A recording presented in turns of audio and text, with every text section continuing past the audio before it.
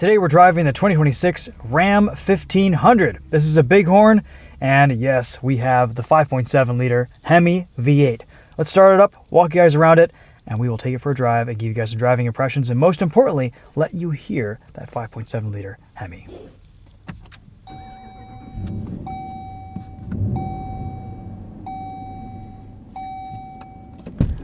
That startup just sounds right.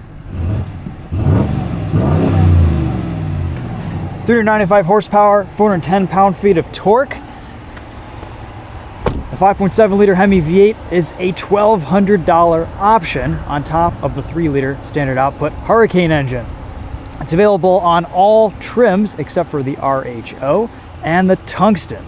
It comes standard with a 33-gallon fuel tank and the Mopar Performance exhaust, so every HEMI V8 sounds good. Ram 1500 went through a pretty significant update in 2025. We have new headlights, front bumper treatment, tail lights. It's a good looking truck. I figured we'd drive one of these lower trims just to get an idea for what the bed looks like without the Ram box, etc. We've got factory spray and bed liner here. All looks pretty good.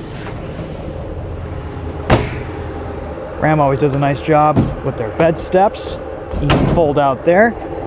And you can hear that exhaust just idling away down there. It sounds proper, just how you want your truck to sound. Tons of room in the back seats. Cloth is nice, lots of USB ports. This also comes with the 48-volt mild hybrid eTorque motor, which gives you about another 130 pound-feet of torque. As torque fill, it aids with stop-start, kicks in between gear changes, and you can see that eTorque motor right there. On trucks where the 3-liter high-output Hurricane engine is available, the 5.7 liter is a no-cost option. At the time of filming this, we don't have fuel economy numbers on these yet, and of course there's so much variation between trim levels and different vehicles that we can't say exactly what fuel economy will be for this, but if I can find out, I will put it in the description for you guys. The new Ram 1500 also comes with a 10-year, 100,000-mile warranty as an extra incentive. We've got a little drive route for you guys here. We won't go too much into detail with the interior. We've done plenty of Ram 1500 videos over the years. Not much here has changed. We still have a great spot to put and charge our phone wirelessly right there. Big infotainment screen. You've got a pretty responsive system. We've got a few physical controls to the left and the right side of the screen. Things like traction control, turn front and rear parking sensors off, lots of USB ports, aux ports. Here's your transfer case. We've got 2-wheel drive, 4-wheel drive auto, 4 high and 4 low. Trims like the Warlock, which we drove in a separate video off-road, are standard with the E-Locker rear differential, which is very, very cool. And this Bighorn, we've got a nice looking reverse camera, tons of space in this interior, pretty good ergonomics. I like the trucks still are retaining lots of physical buttons and controls. Let's head out on the road and listen to this 5.7 liter V8.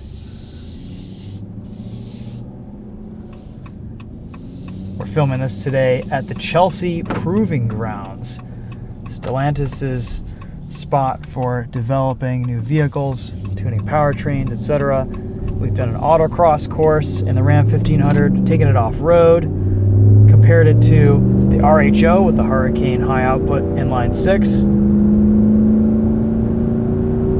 But these are some of my first street driving impressions of the day, so we're actually going to be driving this in a realistic environment instead of on a closed course. So 8-speed automatic, shifts great, paired really well with this powertrain. We've got a couple deer up here. We'll take this slow.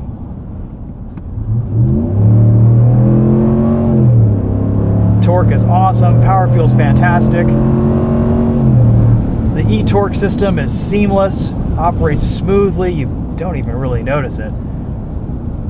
Again, it really only helps with stop-start, idle situations, a little bit of torque fill off the line. It can provide up to 130 pound-feet of torque between shifts and various driving situations. It's kind of cool driving this Bighorn Ram 1500. I was just out at Bighorn National Forest with Tedward, with Firestone, doing a lot of overlanding and off-roading. The Ram 1500 lineup is pretty vast. They have a lot of options for just about any use case. You get into the Rebel if you want a little bit more luxurious off-road trim, and Unfortunately, the 5.7 liter HEMI V-8 isn't offered yet with the RHO, but I feel like it could be at some point, maybe coming a little bit under the TRX price point, what that used to be without the supercharger. Ram has definitely redeemed themselves by bringing this back, and I appreciate that every single Hemi comes with this Mopar Performance exhaust because it just sounds so good. There's no drone on the street. It's loud when you want it to be. Startup sounds fantastic. You do have some manual gear control right here.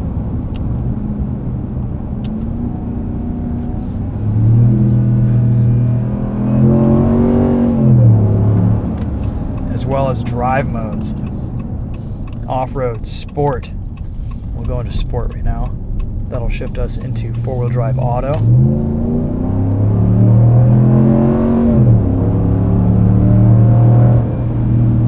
Power feels fantastic.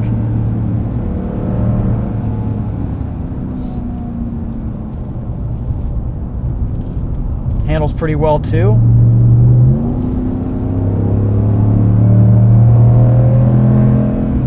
Nice and flat. Brakes feel great. Lots of initial bite, but not too over boosted.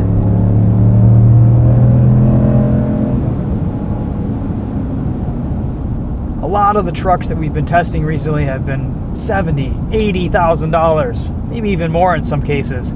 It's refreshing to be able to get into a more affordable truck with a V8 for under 50 grand. I believe this Bighorn starts at around 47, 48.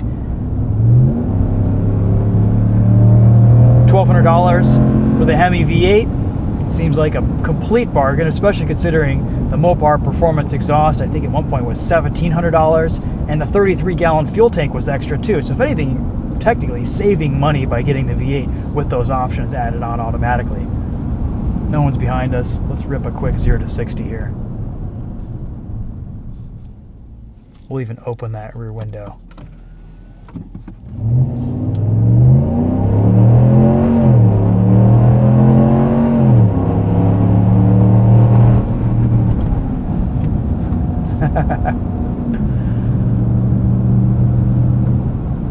No piped-in engine noise, no gimmicks. Go back into normal drive mode. It's also nice seeing some analog gauges here for your speedometer and odometer.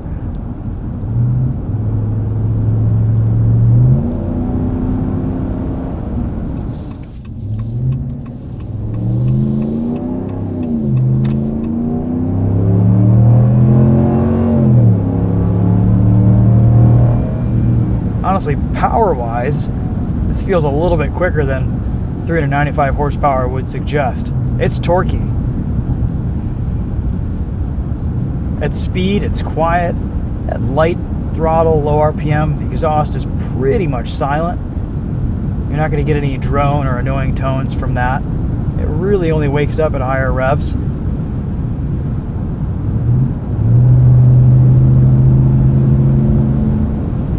Ram has always done a great job with their exhaust tuning, and this is no exception.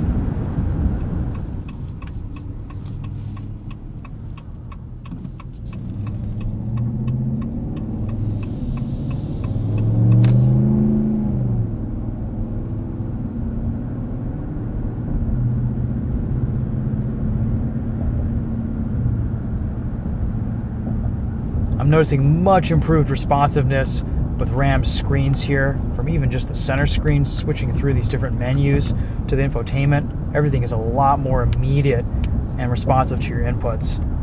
It's really good to see.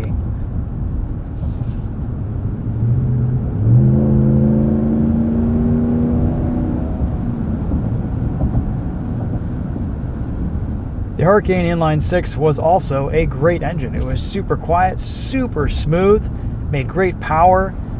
It was a little bit more fuel efficient, but it lacked any form of character or emotion. And this 5.7 liter Hemi is overflowing with personality. And I think that's really what Ram needed and what they couldn't afford to lose in their trucks. This really does drive great. Seats are super comfortable. great visibility all around me. I like these little fisheye mirrors on the side of the lens. Rear view visibility looks good too. Nice driving position. And just everything you touch feels really nice, high quality too, even in this bighorn trim. The rotary shifter feels great. The leather on the steering wheel is nice. Everything feels super tight and solid. It feels well built. Initial quality here just seems fantastic. All right, guys, those are going to wrap up my thoughts on the new Ram 1500 with a 5.7 liter V8. I'm sure we'll get a chance to test another one of these for a little bit longer of a loan at some point. But until then, it's great to see the 5.7 liter HEMI back in action. This is a great sounding engine, and hopefully you guys were able to enjoy it during this drive today. Let me know if you have any questions in the comments. Thanks so much for watching. We'll see you in the next one. We'll park this here, and that will be a wrap on this video.